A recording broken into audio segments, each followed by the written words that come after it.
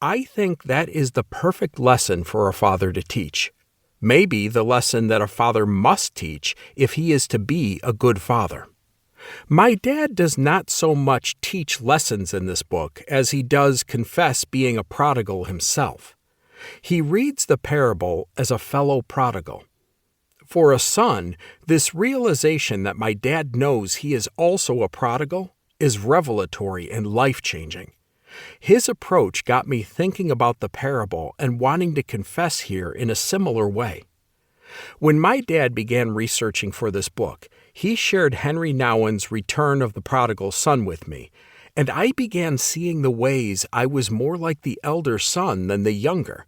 Just like with the car wreck, I am often puffed up by the false idea that I can be better than others if I don't make the same mistakes they do.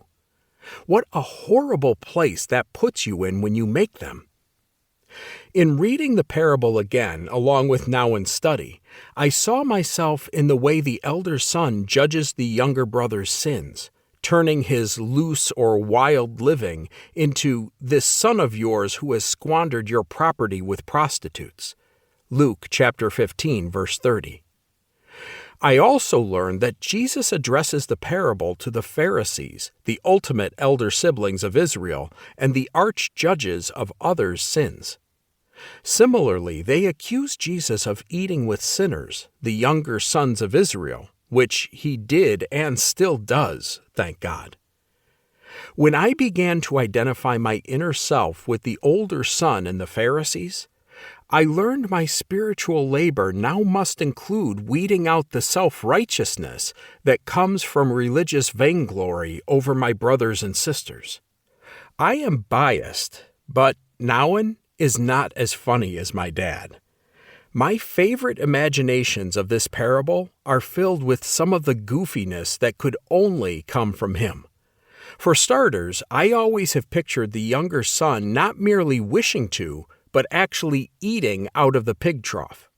And by my dad's influence, I have often pictured the father in saying, "All that is mine is yours," as sacrificing his very own warmth, comfort, and clothing to give his sons a total gift of himself, down to the very tunic off his back to save them. What is most important is not whether we are the younger or the older prodigal, for we may always identify ourselves as some mixture of both. What matters is what God does for us, whether we are down on our luck or high on our horse. In going back to examine the story again, I am most struck by what can only be the finest description of divine love apart from the cross.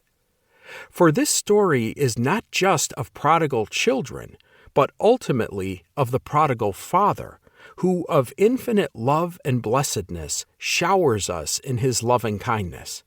He is the Father with a prodigious love who extravagantly celebrates our return to him, lavishes us, and does unnecessarily good and beautiful things, like robe and ring us before the most sublime feast of his grace.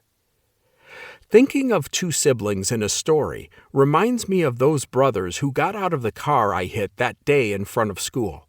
My facade was shattered. I could make the same mistakes as my sisters. But the brothers were not angry. They were merciful with me too. Though I was a nervous, crying mess, they were sorry I hit their car and had to endure that kind of morning as well. As my dad says after each of our wrecks, it is just metal and plastic, but what happens to your heart after this is what is most important. I have been in two more severe car accidents since then, one in my late grandpa's Cadillac, and have taken that phrase to heart after each. Whether we are the younger, the older, or both, our merciful Father says to us, "Child, you are always with me, and all that is mine is yours."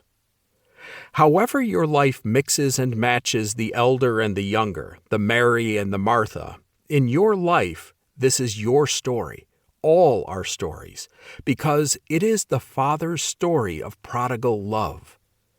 I am so happy, very pleased, overly delighted to be blabbering.